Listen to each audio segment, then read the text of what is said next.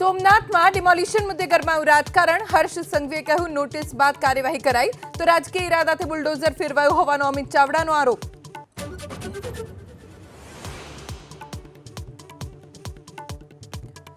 સરકાર ખેડૂતોને સહાયથી વંચિત રાખવાનો પ્રયાસ કરતી હોવાનો અમિત ચાવડાનો આરોપ. કહ્યું ચાલુ વર્ષમાં ખેડૂતોને બેંક ધિરાણ કરવામાં આવે માફ.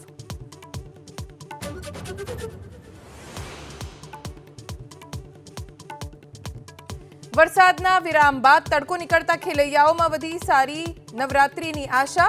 વડોદરામાં મેદાનોમાં થયેલા કીચડને દૂર કરી પંડાલ તૈયાર કરવાની તૈયારી.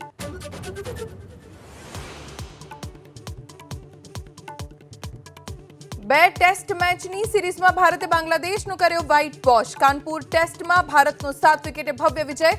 અશ્વિન, જાડેજા, જયસ્વાલ અને બુમરાહનું શાનદાર પ્રદર્શન.